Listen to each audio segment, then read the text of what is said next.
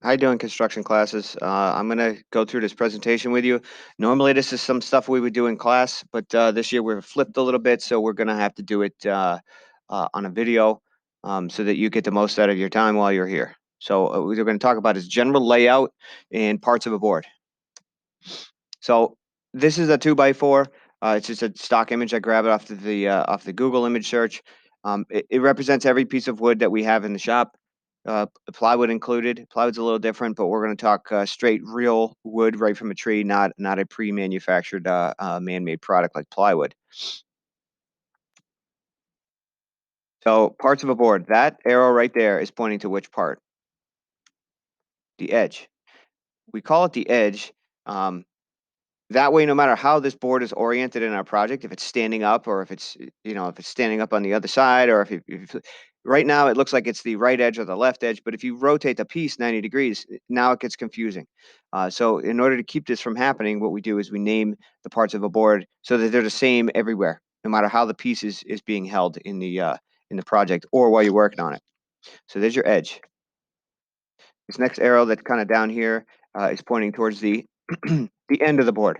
The end of the board you can tell right away because it's got the growth rings from the tree. So it's if you ever cut down a tree or seen a tree that was cut down and counted the rings to see how old the tree was, that's where you can see them. That we call that the end of the board. And the last section that's up here uh, is generally the largest surface area. This is where you get a lot of your grain feature, where people say, "Oh, I really like the look of wood." This is why, because of what they can see on the face of the board.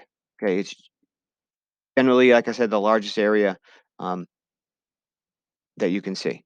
So this is where you would do most of your like carvings or wood burnings or laserings or anything like that. You typically would do that most likely on the face of the project, the face of the board. Okay. Measurement terms. There are three dimensions that we work with. We work with length, width, and thickness. These refer to the individual piece of wood or part of a project. So for example, this 2x4 in the previous slide has a length, a width, and a thickness. In referring to an entire project, such as a table or a desk, thickness we don't normally talk about. We talk about something as has a height. Like how tall is that desk? What's the height of that table? What's the height of that chair? What's the height of that jewelry box? Things like that. That term is reserved for the whole project, whereas thickness refers to the individual pieces. Because thickness is something that we can change very quickly and easily with the machines in the shop. Height is something that you have to plan for well ahead of time and build your product to those build your project to those specifications. Okay. Right here, I've got two lines drawn, and what they represent is the distance from one end of the board to the other end of the board, and that is our length measurement. So if I ask you, or someone asks you, hey, how long is that board?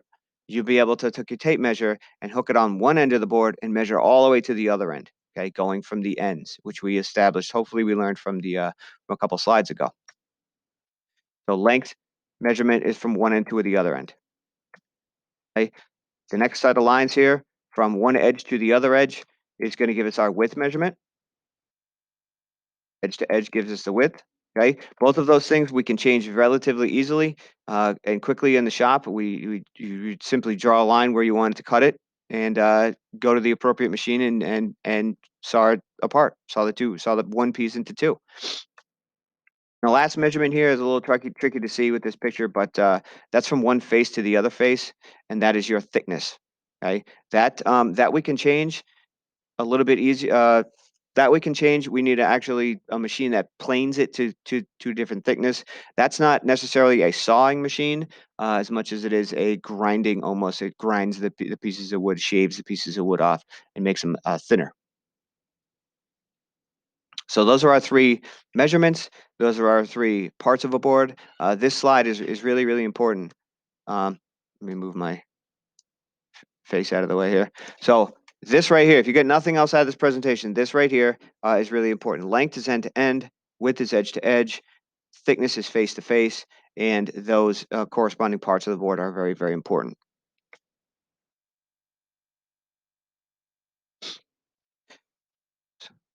How do we measure stuff? So we said, oh, we're going to measure and we're going to cut.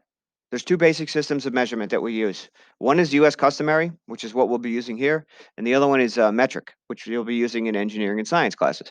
Would it be better if we had one? Absolutely. Is it easier for me to teach metric? Yes, because you can all count to 10. However, in this country, we use U.S. customary. In the global economy that we're in right now, you're going to get used to using both, especially if you're going to go up and take more engineering classes. We do a bunch of work in millimeters and centimeters. Okay. Linear measurements, okay, as opposed to a volume measurement, which is the whole or a surface area measurement. We're just talking linear measurements in a straight line, given in terms of feet, inches, and fractions of an inch. So, for example, a measurement might be 4 foot 2 1/2 inches. Okay, that would be the size of a piece. Reading a ruler, U.S. customary ruler. We should have done this earlier in your educational career, but if you haven't, don't be ashamed. It's okay. I'll teach you how to do this. This is again another image that I grabbed off the Google. Um, each 1 inch on a standard U.S. ruler is broken down into 16 parts. Okay, and you can see they're all labeled out here. 1/16, 1/8. 1/8 is the same as 2/16, but we don't say 2/16 because we reduce the fraction down to the lowest terms, just like you would do in math class. So um, this might be a slide you want to bookmark, or take a screenshot of this if you're having trouble understanding what all those little lines mean. In reality, this is 1 inch, which is not that big. Okay, what I've done is I've blown everything up and made the pictures really nice and big so you can see and understand. As I'm getting older, I need glasses to see these things effectively. Um, However, most of you got nice young eyes, so you'll be able to see what's happening. Okay, on a scaled ruler below, so this would be 0. Each one of these lines here go to 1 inch. How many spaces are between the 0 and the 1? Well, we just established that in the previous slide. There are 16. Okay, so each line on this ruler represents 1/16 of an inch. Okay, they're not labeled, just like they're mostly not labeled on a ruler. But that's how you would break them down. Okay, we will now practice reading a ruler. I do have a worksheet that's up on the classroom, or I will put it up on the classroom, and we can talk about doing this. If you're in hands-on, we're going to grab pieces of wood, we're going to grab tape measures and rulers, and we're going to physically go and measure them and write the numbers down. If you're remote, you got to do some practice, and we'll flip-flop those back and forth. All right. So that's it for reading a ruler. Let's talk about something another term that we use here. Let me move the camera out of the way. Another term that we use here is square. Square is a geometric shape with 4 90-degree corners and all sides of equal length. However, in shop or construction, it also means a 90-degree angle or a right angle. Okay, so if I ask you, hey, is that square? That doesn't mean the shape. That means is the corner 90 degrees. Okay, most construction is done using this angle. The exceptions are stairs, roofs. Occasionally, in a residential construction, you'll see some some walls or hallways or something that are maybe not at a 90-degree angle to each other. But for the most part, we're using that 90-degree angle. We simply call it square. The tool we use to measure, which means check and see if it's 90 degrees, layout, which means draw lines, and check, which is check our cut after we're done for 90 degrees, is called a square. Okay? It's not brain surgery here or rocket science. It's really, really simple. The term is square. It means 90 degrees. The tool is square. There's several different types of squares. First one, the most common for construction, is called the speed square. It simply looks like a triangle, and I will go over this more in depth on the hands-on portion of class. Just for tool identification, if we say, "Hey, go get a speed square out of the toolbox," you'll have an idea. I think ours are blue. I think ours are like blue aluminum, but they look exactly like that. Okay, a combination square looks like this. We have several of these. These actually measure 90 degrees, 45 degrees, and this ruler that's on here is removable, and this square head here will slide up and down the ruler, so it gives you more options. Hence the name combination. There's a combination of things you can do with this.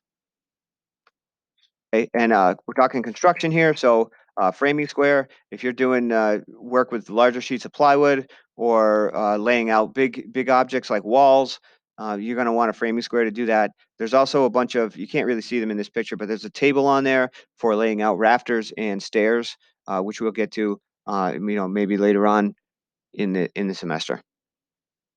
Okay, but you can see all three of these things have 90-degree angles on them. Two of them have a 45-degree angle because if you were to cut 90 in half, that's what you get. That's the other common angle that we use in construction. So there we have it. That's it for this presentation. Hopefully you learned something new. If not, it was hopefully a good review for you.